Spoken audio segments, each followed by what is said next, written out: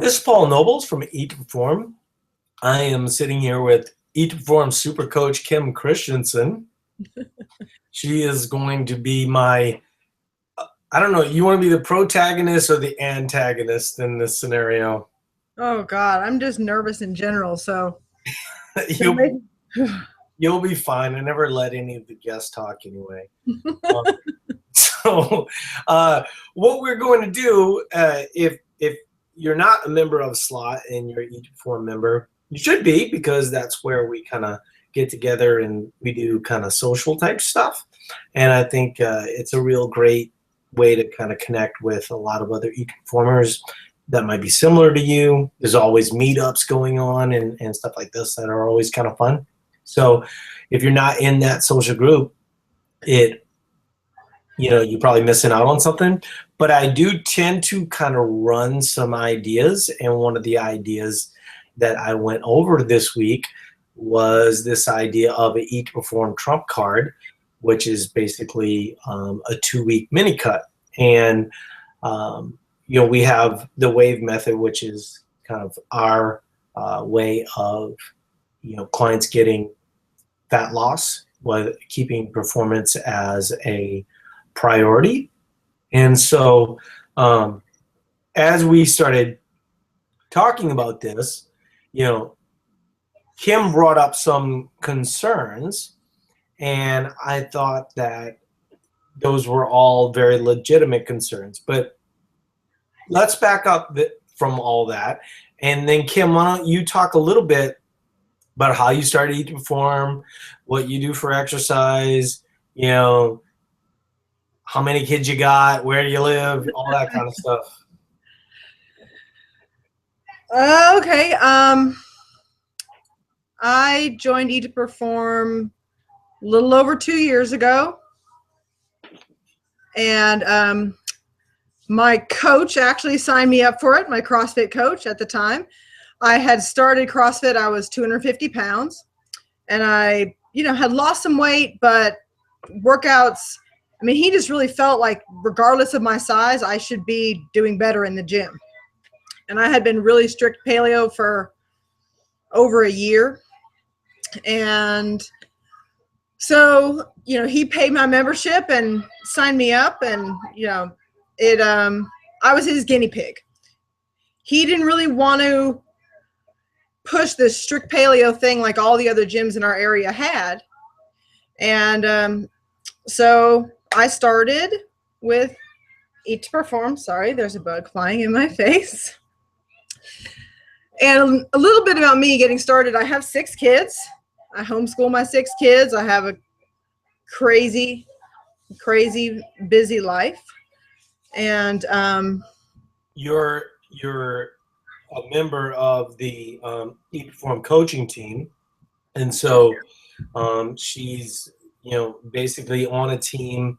If you're not familiar with group coaching, basically if you need a little bit more accountability, you need a little bit more structure to the problems that you might be having, the group coaching is sort of the way that we do that. So Kim, I think right now Gina's gone. You're in that little pod, right? And you're filling in for her? I am. I get to do calls with the amazing April, who told me to make sure I told everybody how amazing she was. And so there's her shout out. April is actually, it's her husband Tom's birthday today, so she gets to celebrate that with him, and so we get to have Kim as part of the process today. So but I think that if you're not familiar with group coaching, not only do you have like those pods where it might be Kim, April, and Gina, but then you have a whole series of Eat to Perform coaches where, there's journals, and then, we walk daily through what people's, the things that might be struggling with. Or really, I always kind of make the case for people talking a lot about, the good stuff too, because I think that, if we don't get the good stuff too, we're only getting like a quarter of the story, like just today, it was really hilarious. So I I didn't have, a call. Normally we have assessments. Today was just one of the days where we didn't have one. So I ended up taking a bath. I come out of the bath, I put on my clothes, I'm looking in the mirror and I'm going, yep, nailed it. And literally like 5 hours later, I was like, how can I look so different in 5 hours, and so we all go through that. It's just a matter of like not allowing it to play too much into your brain. I think the other thing to talk about a little bit was my jeans article. Holy cow. I kind of knew that would be popular because what I was trying to say, and we can actually talk a little bit about it in the 2-minute or the 2-week mini cut part. But sort of the portion I'm saying is that sometimes you're going to have a little water weight. Sometimes your jeans are going to fit, a little tighter by the end of the day. But, when you do that and you allow an adequate amount of carbohydrates in moderation, usually it's going to allow for better recovery, and then you'll end up being tighter in the morning. Now, are you always tighter in the morning? I would say that women struggle with that more than men. So I'll let Kim, kind of take that side of things. But in general, what happens is that, all your hormonal, recovery type stuff happens in the middle of the night. And so you wake up usually a lot leaner. So the pants that were tight last night, you throw on and they're kind of loose in the morning. That's how this works, right? That's how your body's supposed to work. This idea that you're supposed to be lean all the time is kind of a net negative. Any other things that you wanted to throw in, Kim, to cover before we get started? Yeah, well, I do think I think it's part of the mental game. Like, I mean, all the time we hear on the boards like women like one day they feel lean and the next day they feel like fat. Like it's like you got to hop off the roller coaster of feeling lean and fat. Like it's all kind of part of the process. Like that can change from day to day. Like some days I wake up and I feel, for me, pretty stinking lean, and then the next day I feel like I'm falling over my pants. Like when I wake up. But there's nothing really all that different from one day to the next. Well, exercise, salt, food, whatever. It's no big deal. But like we have to not, especially women, like not let that make us crazy. Well, especially as someone coming, I mean, like the thing that I've always liked about Kim is that we kind of have a shared journey. We both started off really obese, right? I mean, I don't have a problem saying that about myself. I wouldn't say that about you, Kim.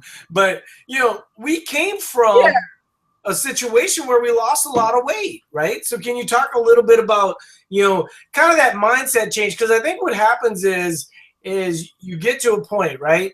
I mean, and I got down as low as 150, and now I'm 175 pounds. So it took like a mental shift to allow myself to build muscle and to allow myself to be comfortable in my skin and actually gain a little weight, after losing roughly 80 pounds. So can you talk a little bit about how that worked for you? I mean, I go through periods where that's great and periods where it's not as great. Like I'd love to say that like 100% of the time, like I just am all about like look how big and jacked and strong I am. But like, I mean, I just had April the other day go, yeah, I'm looking at your MyFitnessPal. We need to be eating more. I'm like, well, I came out the other end of, I did PFFL and I came out the other end like a little screwed up in the head for me again. Because I had not cut in 2 years. I just got leaner. I got stronger. I was crushing it in the gym. That's all I really cared about. Then I went through a little period of like, let's lose some fat. And I came out the other end like a little back in my mental place a little bit. I mean, I think that happens to everybody, that's kind of part of the journey sometimes is that's going to kind of ebb and flow. Like it's hard. Like I had to put myself back in that mental place again. So then go ahead. From the top where you were, right? Yeah. You sort of like the strict paleo side of things. Like how much weight loss are we talking about? Like before the highest to lowest. Oh, from the highest to lowest, I was 200. 50 plus pounds. I don't know what the top end. The last time the weighing was 250 pounds first time I weighed, and I had been paleo for a bit. So, but that was at a size 3X, 4X, depending on my clothes. And I am 165 pounds now, but that's at a size 8. Right. So I went from a 3, 4X to a size 8. Yeah, and I mean, like, you look like an athlete. You look super lean, and I think that, I mean, you probably don't think of yourself as super lean. Well, because I have a lot of skin too. Like, there's a lot of skin that is just part of the process. That's hard. Like, that's one of the things sometimes that I really have to get through mentally, is that skin is I'm never going to look the same as somebody without 100 pounds basically worth of lost skin. Here, oh, I know. All I'm saying is that the fact of the matter is that if you've lost a lot of weight, you're going to be seeing some loose skin. And I would say that, that's an area that, I still feel a little something about. I wish it didn't weigh on my brain. But the fact that I'm willing to play with it on camera should tell you guys that I'm a little bit comfortable with it. I would say that, below my navel, there's probably some looser skin that, I don't always love every single moment.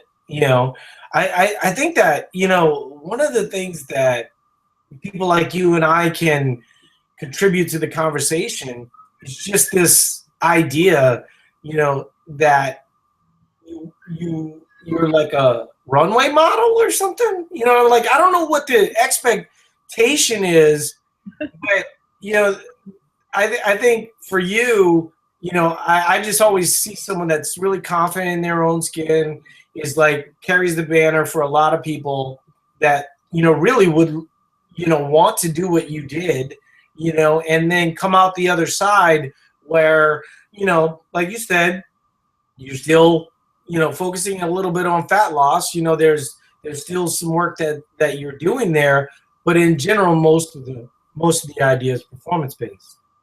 Oh yeah, I mean, and I'm still, skin or not, I'm still a tank top and booty short wearing CrossFit, when I'm in the gym. I'm not I'm pretty confident in my own skin regardless of all that. And plus I've had 6 babies. I've had 6 big pregnancies. That weight loss plus pregnancies does not do the, That's why I think more people need Kim Christensen in their life for the reason that you're talking about. I just think that there's a lot of people out there that have tried to hate themselves lean, and they've fallen short the whole time, and they would just be so much better off, just kind of embracing where they are, and then just kind of snuggling up with your inner badass and moving on. You know what I mean? And it doesn't mean that you can't have goals. It doesn't mean that you won't lose weight or whatever.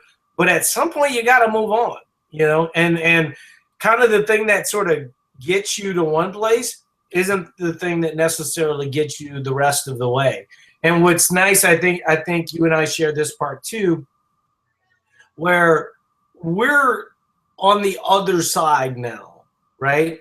And so we can just enjoy our gym experience. I'd be lying to you guys if I said, that when I first started CrossFit, I was gonna, 3 on 1 off, and I was working out 60% all the time. And we've covered that to death on a lot of these, but I don't do that now. Like, I work out, I enjoy it.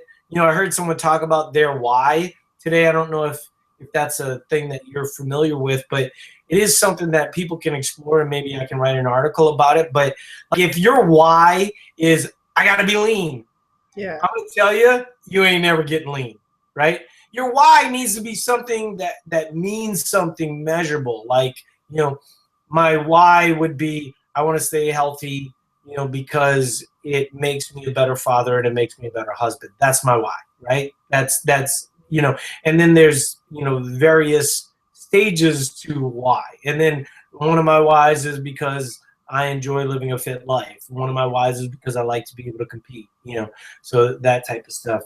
Are you familiar? The competing is not my why.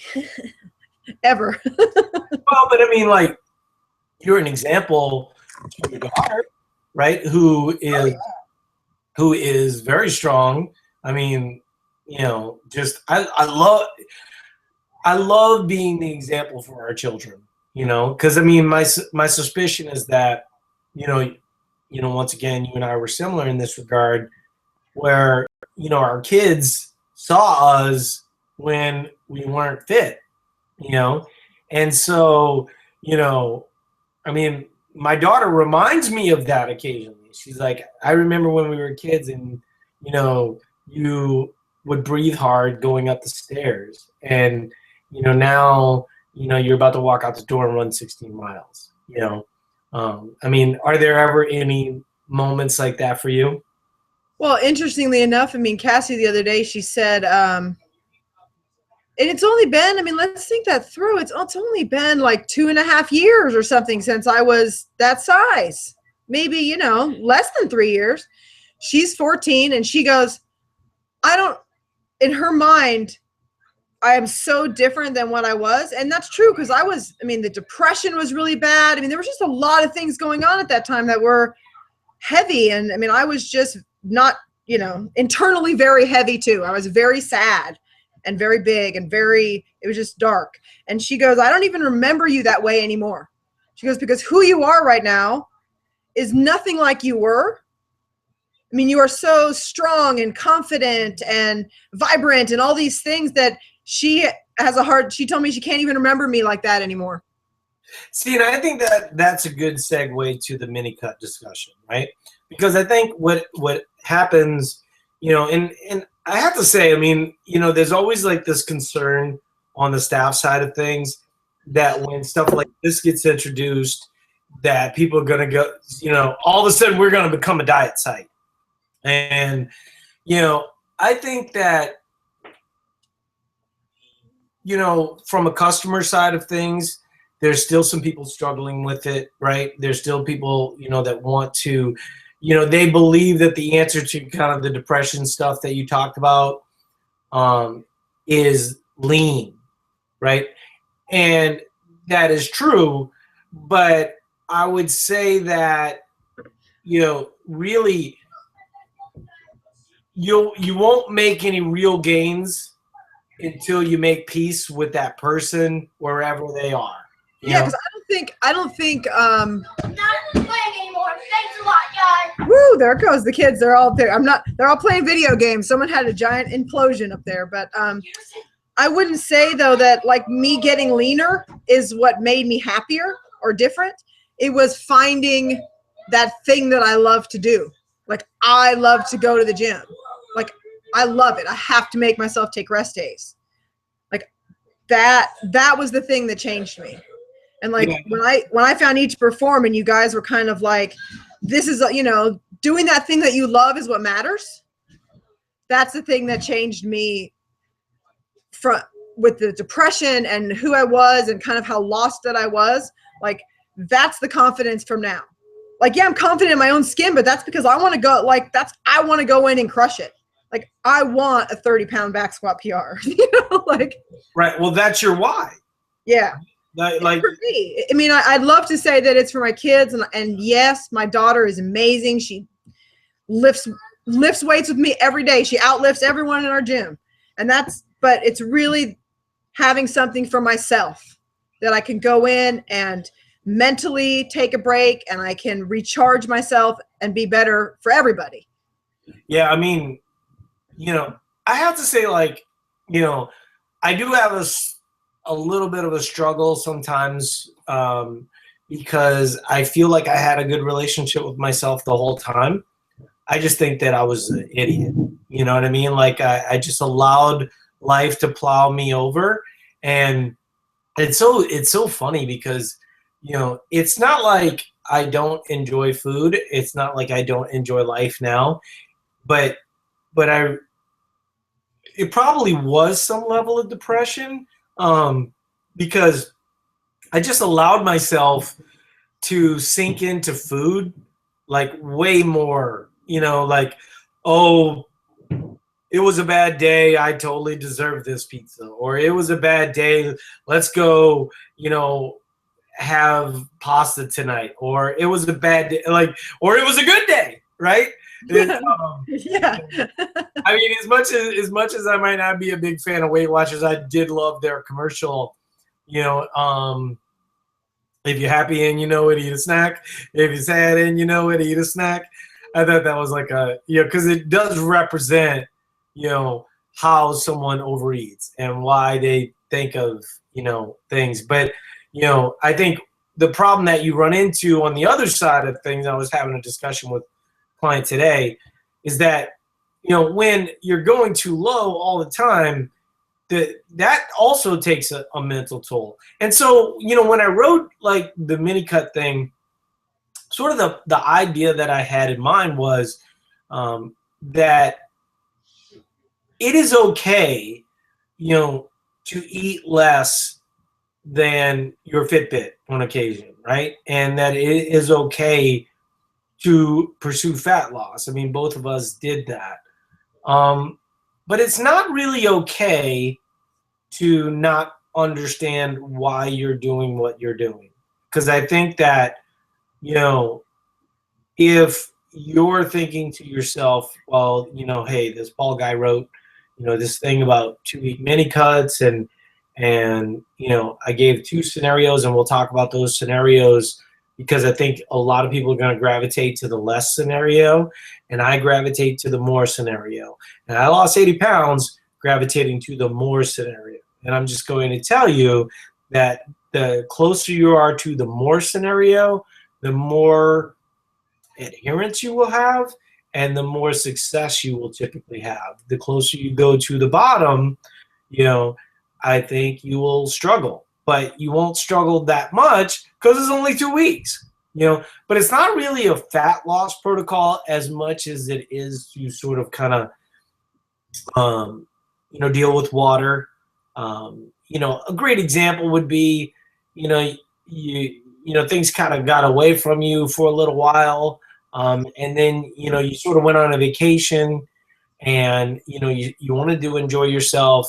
You've been needing to perform for 6 months to a year, but you don't want to go through like a formal BFFL. That's the kind of person we're talking about, with these 2-week mini cuts. I think Kim's concern, and I can let her talk about it, is that, people were going to view this as sort of snuggling up to bad behavior. Can you talk a little bit about that, Kim? Well, I think, in general, so many of us are pretty comfortable with the less and less and less. Even when we come to Eat to Perform, it takes a long while to not only get our macros up to where they need to be, and like that we're eating adequate food, but that mentally that's okay. And it's my concern with the 2-week mini cut was that we have a lot of that we were going to have a lot of people like, well, I'm not ready to do PFFL because I'm not eating enough yet, but I can do this little mini cut and like just snuggle up, and then I'll build back up for a few more weeks, and then, hey, let me do a little mini cut, and then live kind of in that constant restriction mode that they came from in the first place, which was undereat. Okay, I'm going to overeat a little bit, or eat a little bit more than undereat, like this kind of, I dieted myself obese. I did every diet. Right. That's a great way to describe it, because that's exactly what happened to me too.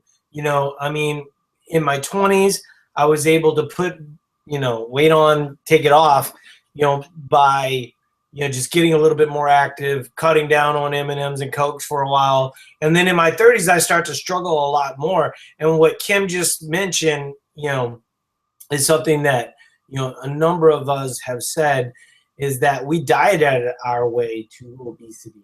Because, and there'll be people listening and saying, well, you guys didn't have self-control. No, we actually had more self-control than the good majority of people, because we had willpower, and we stuck with that willpower, even though, I remember times where I would go, 2006, 2007, I went for almost a year eating about 1,000 calories. Now if you're saying that I'm a weak person because I ended up gaining weight, after that, I would argue that you are completely wrong. That I was the victim of bad dieting practices. And so all I was doing was adhering to something that was not natural for my body. And so the fact that I eventually gave in and ate, you don't know what it's like. I mean, I think a lot of people do know what it's like, to hear what I'm saying, but I'm just saying that those people feel like, they're weak, and they feel like they're lacking in willpower because they failed that one time, or maybe a couple times down the road, or they had a slip up.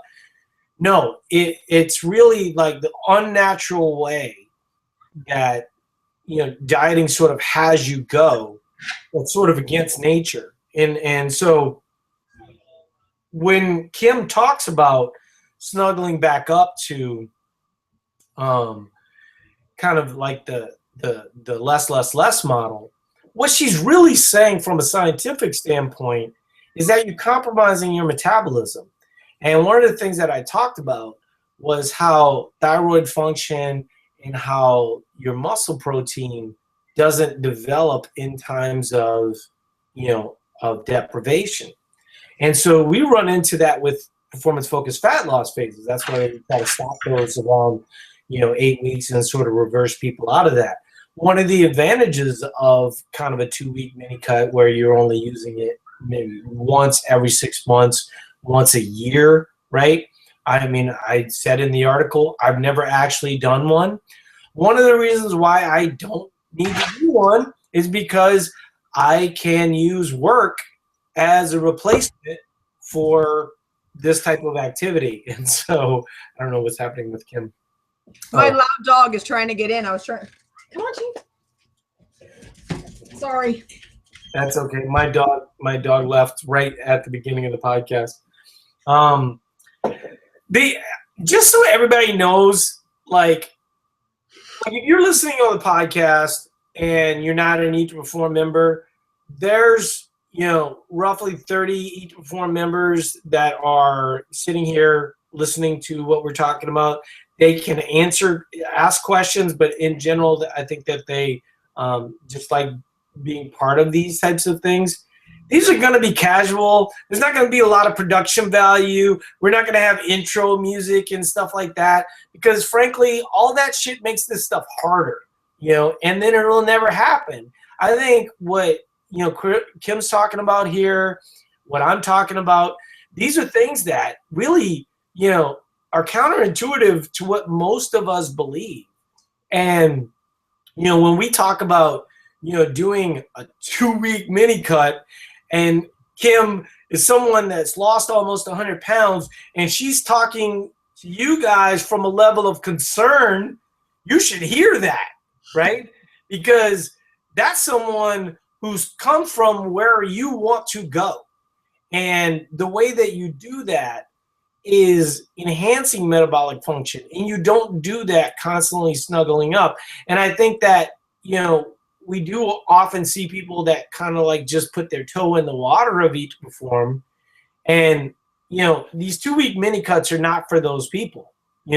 So we did have someone asking about it in the coaches forum, right? And they I responded to them, and their rest day calories were 1,700. Their total daily energy expenditure should have been closer to like 2,500, maybe rest days 2,100, right? So she's 1,700 on a rest day. I said, realistically, I mean, you'd be 1,200 calories on a rest day. How is that eating to perform? How is that helping your metabolism to recover? I mean, I get the fact that you feel a little uncomfortable for whatever reasons. We didn't make anybody diet poorly previous to this, right? And we're not saying that the process is linear, because it's not. I mean, it's really something that is a lot of trial and error. You're not going to always feel super lean, like I talked about earlier. Sometimes I feel like super lean, and then 5 hours later, I'm like, what the hell just happened?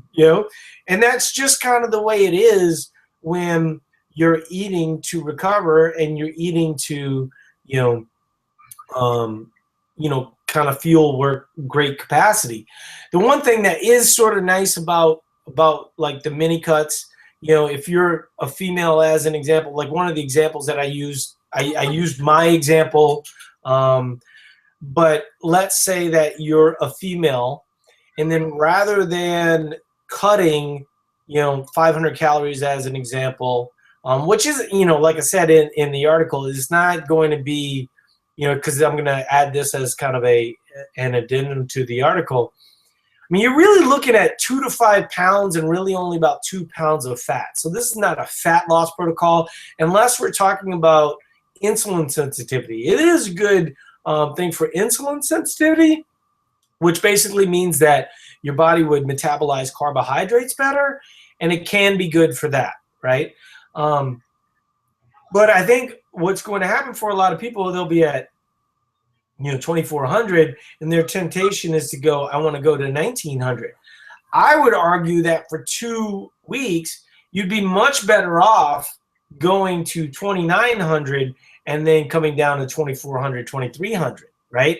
And so what that would do for you is it would allow you to basically eat roughly what you've been eating, but still see some, water release, some fat loss.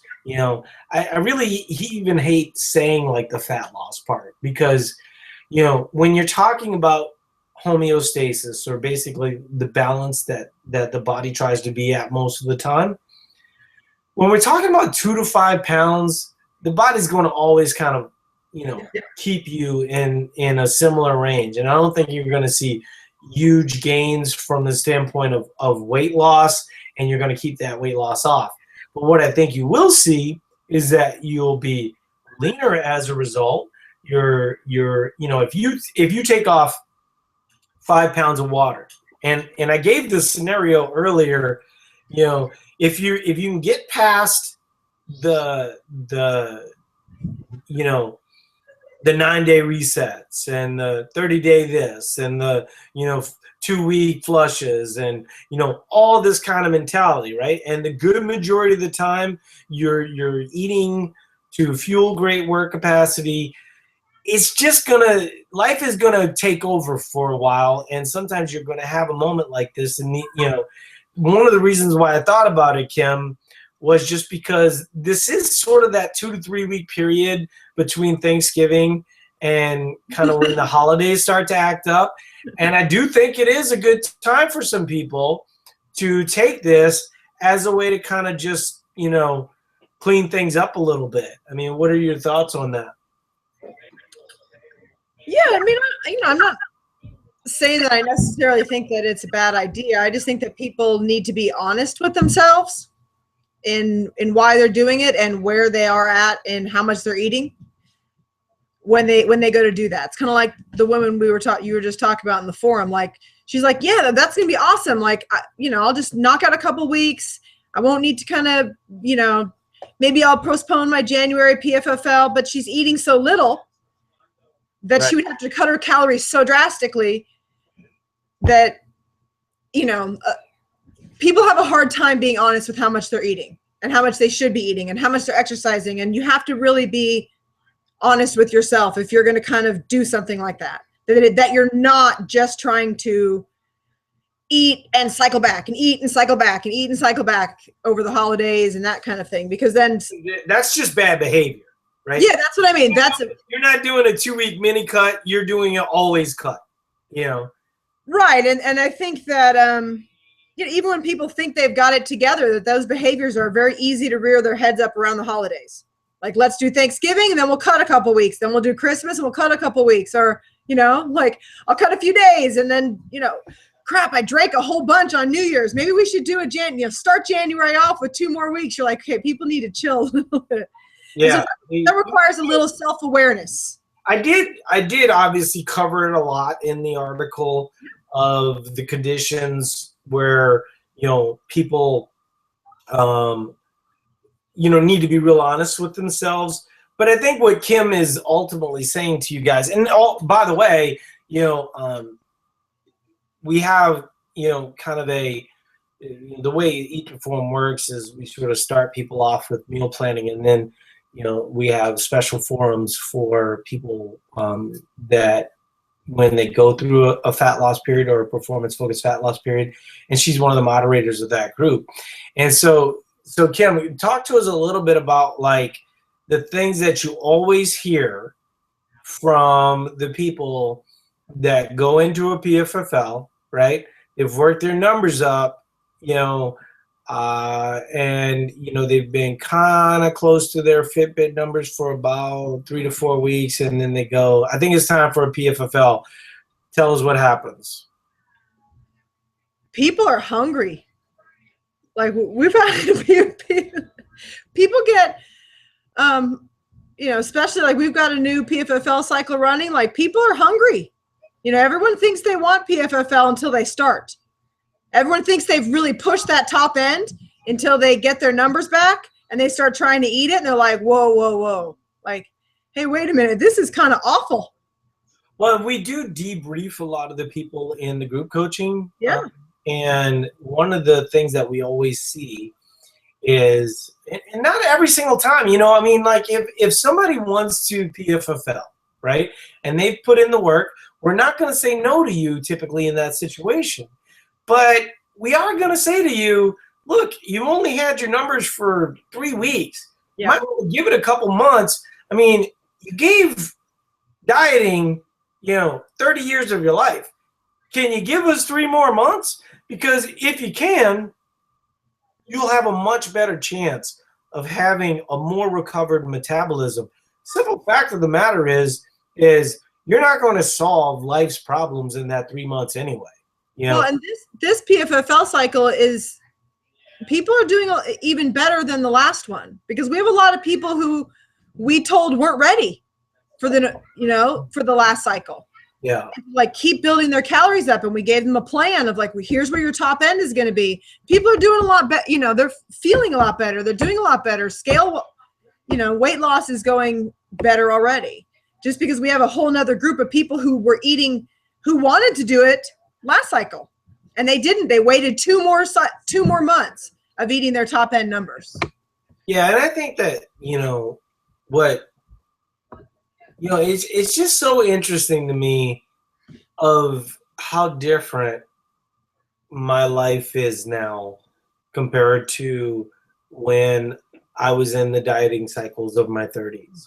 One of the things that really just stands out to me every single time that I talk about it is how little regard I had for exercise, and how I thought to myself, well, exercise makes me hungry, and so therefore I can't exercise because, and I didn't really want to exercise, right? The majority of the stuff that I was doing, I didn't like. And so I didn't really want to do it. I didn't really like it. It was sort of punishment, and then I wasn't, feeding myself. And so, I've talked about this many times, how I stumbled upon the idea of Eat to Perform, and then how, as I started researching it, the concepts that is the foundation of Eat to Perform is like the most researched part of sports physiology, right? I mean, sports, strength and conditioning coaches have known all the things that we've talked about for years, that keeping a good, thriving metabolism is positive, and that to see, kind of this fat loss thing. I think the one thing that's nice about like talking about a mini cut or talking about where we're having like performance focused fat loss, but the real emphasis is the period where you aren't in a deficit. What that allows you to do is also get fat loss, right? Because you're gaining lean tissue especially if you have some level of resistance training. The problem with starving yourself lean is that you're never going to want to do the resistance training. You're never going to want to the gym. And if you're doing something that you kind of don't like anyway, and then you're also starving, at some point you're going to land in a face full of cheesecake. You know, and in my opinion, there's a lot of people. I'm sorry.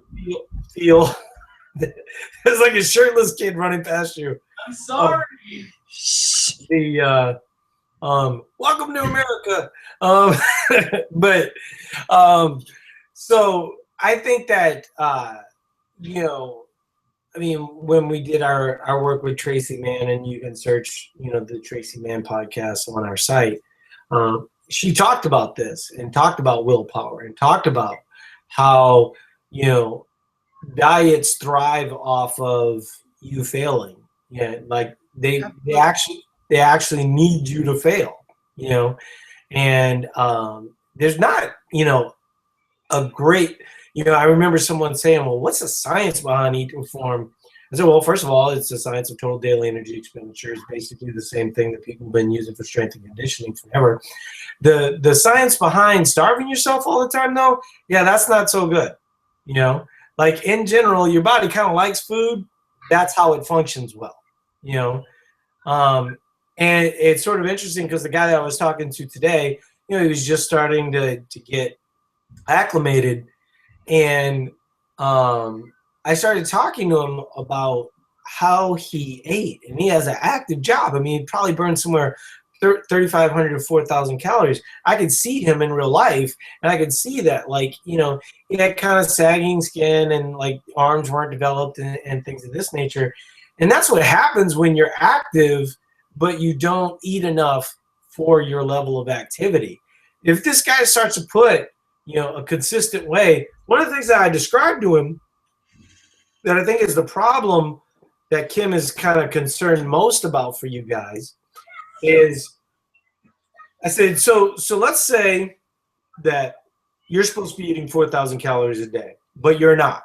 You're eating 2,500 calories a day.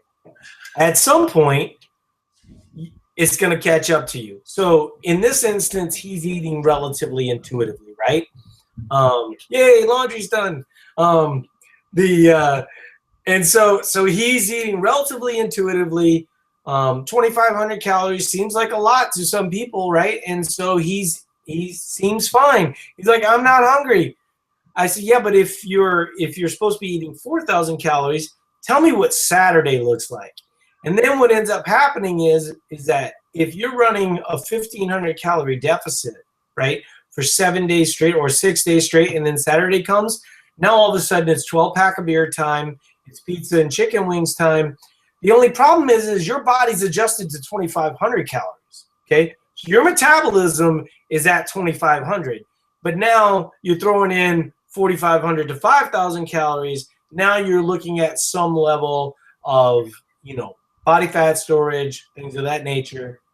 And he's like, yeah, that's how your body stores fat. I said, well, yeah, but it doesn't happen like that, right? It's like a gradual type thing. And then all of a sudden, 10 years later, you wonder, like, how the hell did this happen to me?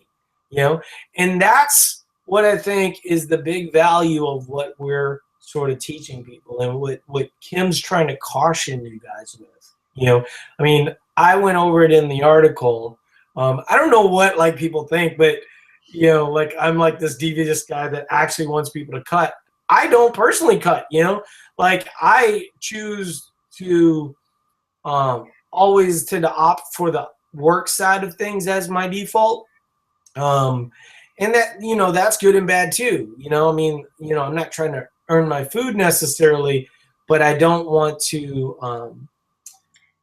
you know, I want to keep progressing as an athlete. I want to keep doing the things that I enjoy. You know, I mean, some of my whys are really important, and getting in the gym is one of them. Anything that I covered there that you want to kind of expound upon?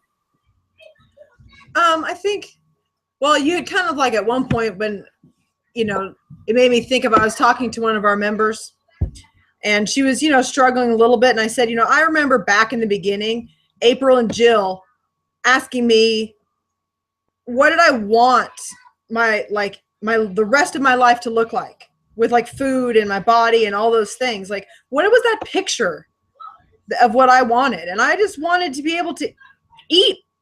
I wanted to be able to eat without it being a big dang deal. I wanted to feel great, and I wanted to have something that I love to do. And I didn't want to be having to cycle back and forth and diet and do all these things. I just wanted to kind of feel like a normal person who just ate enough and felt good and could play with my kids and be active without it being so crazy. And they were like, okay, that's why we're just going to be patient. Like, be patient. Like, people all the time kind of freak out when they're like, well, how long did it take you to get from this picture to this picture? I'm like, well, 2 years. And people are like, oh, I don't want to have it take 2 years. I'm like, well, bad. I was like, yeah, but like, I had no crazy train for 2 years. Like, that was like, and I've said before to people, like, I had more mental issues with food than some people do. So it's okay that it took that long, because I wasn't crazy. I wasn't having to restrict. I wasn't freaking out. I wasn't, if I ate too much, if I went out with my husband, I like just blew it out of the water. I just started over the next day. Big dang deal. And like, that was the picture of my life that I wanted. And that's what I have now. And I didn't, that first bit of performance focused fast loss that I did a couple months ago, I mean, that's the first cut that I done since I started. Right. I mean, like, you know, what you're describing, you know, when I went from 32 to 9%, that was a year. And people are like, wow, you went from 32 to 9% in a year. Well, guess what? That wasn't the only year. There was a year before that, right, where I went from mid 40th percentile down to 32%. You know, I went from 230 to 185. I was 32% at 185. Maybe it might have been 187. But like, I went from 230 to 185. And that took roughly a year. So I think people are unrealistic, and I think that, you know, I'd be interested to hear how it went for you, because like, I went from 230 to 225, and then I went from 225 to 220. I never said, okay, I'm at 230, I need to get to 160. You know what I mean? I think that's a big, big problem for a lot of people, because it's like a wish. Yeah, well, I mean, the first kind of click of my weight loss when I went paleo and started CrossFit, I mean, that went fairly quickly. I mean, I went from being completely inactive and like eating whatever to being like super strict paleo and like CrossFit. And there's no in between, right? Yeah, there was no. I'm all or nothing. That's part of my problem. You know, that's what I've had to fit. You know, Eat to Perform has helped me fix that, actually. And but you know, like I said, when my coach signed me up, it's because I felt like crap, and I was moving slow, and he's like, I just, you know, this isn't. You've lost some weight, but what we're doing isn't working. And within like almost, I mean, it was almost instantaneous. Within under 2 weeks, I went from being literally last in every single Metcon to the middle of the pack. And I wasn't, you know, I mean, I was not a small girl at that point. And I mean, I literally changed everything. I mean, it was almost instantaneous once I started eating more. Yeah, I do think that a lot of coaches in that instance are still kind of lost, you know, because they see an athlete with fat to use, right? And then they want to have an answer for them. And so they assume that there's like some bad habits, or they assume that, you know, but, you know, I feel like, you know, and I've said this before, so I apologize if I'm repeating myself to some people, but the fitness industry has been hijacked by the diet industry, and I feel like we need to get it back, you know. And, you know, I'm obviously, you know, there's a component where we're obviously going to be teaching people to eat at a deficit, but, you know, at the end of the day, you know, it's really the main driver is more metabolism, more work capacity. And, you know, I think that if you're a coach and you're sort of struggling, you know, like use resources out there like Eat to Perform, or Precision Nutrition's another good one. The problem that I have with really anything other than Eat to Perform is they always seem to go to the deficit. And if you're listening to Kim, what she's saying is the deficit is what was kind of like not making her feel whole. So if you're a gym owner, and you have some clients that are struggling with their relationship with food and things like that, kind of sending them to the naughty and nice list side of things, isn't going to help. In fact, it's probably going to make things worse. And what's really the really funny part about it is often they'll lose clients because of it. I think that's where your coach deserves super kudos. Yeah, he's pretty awesome, actually. And I mean, he is probably going to be going to regionals and hopefully the games next year. And he cut some weight because he's pretty jacked and big. And I mean, he cut on 500 grams of carbs a day. Right. I mean, we pushed his top. I mean, I kept pushing his top end and pushing his top end, and there was no end in sight. It's like Taylor, right? There's just no end in sight. Like, where is that top end? So finally, when he was going to cut, he cut on 500 grams of carbs a day. He cut, it was unbelievable. And people are like, well, what are you doing? He's like, I am eating so much food. Well, that's the other thing too. Even in the case of a Fitbit, we know that, Fitbit's not perfect for all things, right? And so, even if your Fitbit says 2,400, if you're not testing that top end, you don't really know, right? And, if you never allow yourself, to, have a little water, have, a little bit of belly at times, or maybe feeling a little kind of overstuffed, I mean, you're really kind of missing some of the magic. I think if at every single time that you're like that and then you feel guilty and stuff like that, you're listening to the wrong people, because the right people would tell you. I mean, one of the things that sort of, because I had this article in editing. I was sort of going to put it out kind of after Thanksgiving, and it will come out, to the masses at that time. But I shared it, in-house with Eat Performers ahead of time, because someone talked about, kind of cutting sugar, cutting alcohol, and just trying to clean things up a bit. And for some reason, I think that gets a stigma within Eat to Perform unnecessarily. I don't think that, Kim, myself, we probably eat freely at times, but the good majority of the way we eat. My problem when I was obese wasn't the fact that I had pizza once a week. It was the fact that I had pizza all the time. It was the fact that, every moment was a celebration moment, or every moment was this day sucked moment, and what I think you have to get beyond. And I think working out does help this, right? Because you're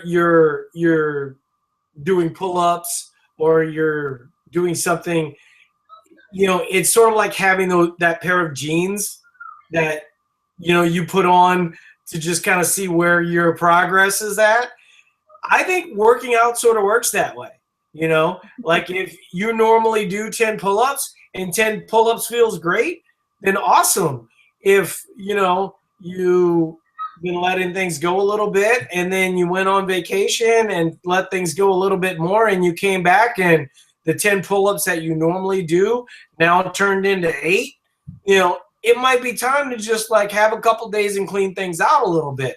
Doesn't mean that you have to do a 2-week mini cut. Doesn't need to mean you have to immediately BFFL, but there's nothing saying you can't eat, sweet potatoes, steak, all these things, salads, all these things in moderation as part of a strategy. That you can do that and Eat to Perform. There's no rule against it. So I think that's sort of, people look at the Rice Krispie treats or the cereal at night and think that that's our life. That's how we eat. I'll eat cereal at night when things are going fine for me and I'm relatively lean. But if I'm kind of loose, I'm not necessarily going to be doing the cereal at night. Um, I don't think I've done it probably in the last 2 weeks actually. So, it sort of depends on sort of where you're at. I don't want to discourage the cereal at night because I think it is kind of a helper as it relates to sleeping and some of that thing. But, if you're already, kind of feel like you're pushing it a little bit, there's no real reason to like put whole foods there. Yeah. Well, and carbs at night don't actually make me sleep better. I'm one of the there's a small group of us that the carbs at night make me want to stay up and be awake. Well, what's funny about the carbs at night thing, if I did it tonight, it would knock me out, right? But after like 2 or 3 days, it doesn't have the same effect on me. And I know for some people it does. I mean, I think it's as much about being fed as it is about the carbs. Now, certainly, like I said, if I don't have it for a while and then I have it, I'm like drool on my pillow sleeping, Yeah, it depends on my workout. We did the total CrossFit total the other day, and I craved carbs at night. Shoot. Yeah. I could have eaten the house down before bed, and I slept like a baby. Yeah, that was sort of the emphasis of the jeans article, right? Because I kind of hooked people in with the why your jeans fit better on low carb, and what I was really saying was, your jeans fit better, but it's not a reflection of your body fat, because you're not giving your body a chance to necessarily recover. You're not getting that protein turnover that you would normally need and stuff like that. So I think those are big things for people. So I appreciate you being here, Kim. I think that you did a good accounting of the concerns that you would have or you should have. The whole goal of Eat to Perform is to get your metabolism to recover. Does that mean that 2-week mini cuts can't be a part of it? No, it can be. Does it mean that performance-focused fat loss periods can't be a part of it? No. But the way you used to think of dieting is the way you should think of Eat to Perform now, right? And then only occasionally are we looking at eating at a deficit. And if you do it that way, you're losing fat both ways, because you're gaining lean tissue the good majority of the time. Your metabolism is high. Your thyroid's functioning great. Your protein is staying on your body, and there's all these positives. Well, and interestingly enough, if you look, most of the coaches or those of us who've been around for a long time with Eat to Perform, most of all of us don't want to do a performance-focused fat loss phase. And we've all had great results. Yeah, if you were to take a poll of how many of us coaches or those of us who've been doing this a long time who have had great body composition results want to do another PFFL or want to do one in general, everyone's like, yeah, no, I feel fantastic eating a lot. And I know what people listening to this right now, and I agree with you, and that's representative of my journey, right? Once I got past like that initial stage, I did kind of go up, in powerlifting. And so people say, well, didn't you do like 3 performance-focused fat loss? Well, I did over the last, couple years. And so, that brought me down to, closer to 170. But what's nice about kind of having that freedom, I think that a lot of people listening go, yeah, well, I appreciate what you're saying, but I'm not there. I think you can be there. I think you can be there right now, because I don't think if you're listening to this and dieting has been a way of your life for many years, you really don't know the magic of not dieting, right? And you don't know the magic of normalizing, and you don't know how, your relationship with food will change. I can't tell you how many people talk to me. My wife is always like, shocked at the things that she hears related to Eat to Perform, because it's not reflective of her journey at any point in time. But the hair loss, the relationship with food, the relationship with their family, the relationship with their kids, the way that their kids view food, Oh, yeah. all of these things change positively when you are in kind of a normalization way of thinking most of the time. So Well, and how you physically feel. Like after you've been doing this long enough that you are fully fed for a long time, like you actually physically feel so different. I mean, when I first started, I would have been okay with doing some cut periods because my body was really used to being in that place. In deprivation mode. Right. Yeah. And, I came out the other end of this PFFL, and I put 15 pounds on my clean. In the last 2 weeks, 15 pounds on my clean, 35 pounds on my back squat, 10 pounds on my deadlift, 35 pounds on my overhead squat. Like, I want to eat all the food. See, but I think a lot of people listening to this, Kim, just playing devil's advocate, are going to go, those things aren't as important to me. What's important to me is being lean. And what I think that you guys don't know yet is that as you switch the mindset, and it might not be what Kim's goals are. Kim's goals are to get stronger, to get better. Your goals might be to run better. Your goals might be to bike better, or whatever it is, right? Just feel better. Yeah. For me, that's an example of feeling better. But I just mean even day in, day out, feeling so much physically better.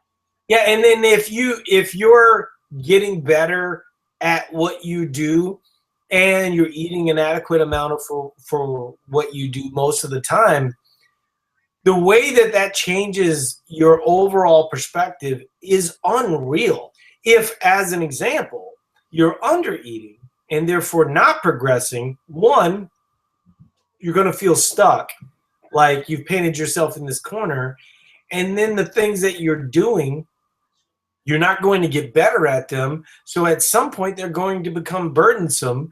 And it's like, oh my God, I got to drag myself to the gym yet again. And when you listen to Kim, obviously you're hearing someone that's very excited about all the things that she's doing. And she can compartmentalize that in all kinds of ways when food is part of the equation the majority of the time. But if she was the reverse, you wouldn't see near the level of enjoyment as it relates to life, as it relates to what she does, all that super positive. Yeah, it's more fun. It's more fun when I feel great. Right, but I just tell you, there's just so many people out there that are thinking to myself, I'm willing to not feel great just so I can feel great. You know what I'm saying? It's like, that ain't how it works. You got to feel great right now, and then you gradually move to getting better. When we say 2 years, if you're not willing to invest 2 years in the rest of your life, I got bad news for you. You ain't gonna make it. Anybody that's made this significant change, referencing Tracy Manigan, what Tracy said is that the success rate for dieting is less than the success rate of most cancers, right? So if you got to solve this problem that you've been struggling with for many, many years in the next 30 days to 60 days and you go, well, I only have 40 pounds to lose. Kim's talking about almost 100 pounds. Paul's talking about 80 pounds. That's not me. 40 pounds is still a significant amount. And if you bite it off in chunks, you're going to be more successful, especially if you can extend that time period longer. I don't know, we're obviously a little bit longer than we normally go, but what's funny, I think people get a kick out of this when they hear me say this. What's your regret about your approach? Because we all look back and we go, well, what could I have done different? And the one thing that I always point to is I wish I could have done it slower. because if I had done it slower, I would have kept more muscle, right? I would have been a little bit more patient.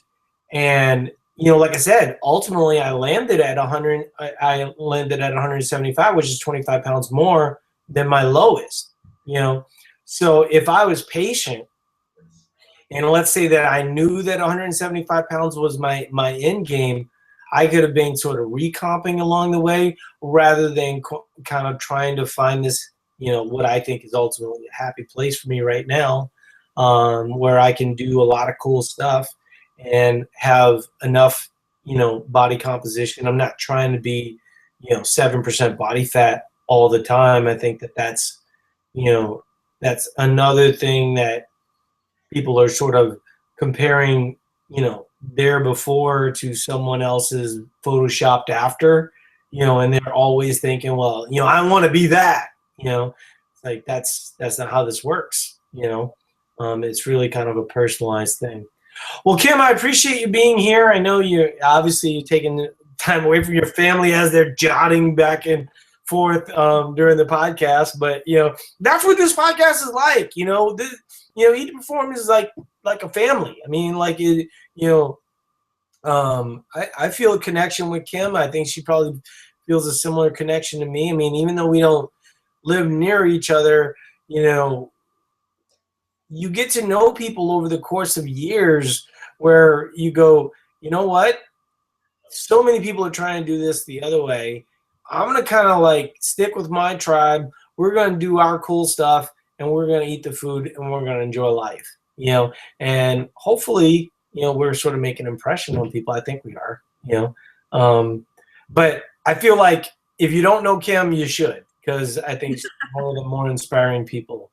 And hopefully I wasn't too nervous. I get really quiet. When I'm nervous, and I lose, in real life, I'm rah, like crazy and loud like Sarah. Just wait. Look at you. Like Sarah. You know what's funny is I thought Sarah was shy.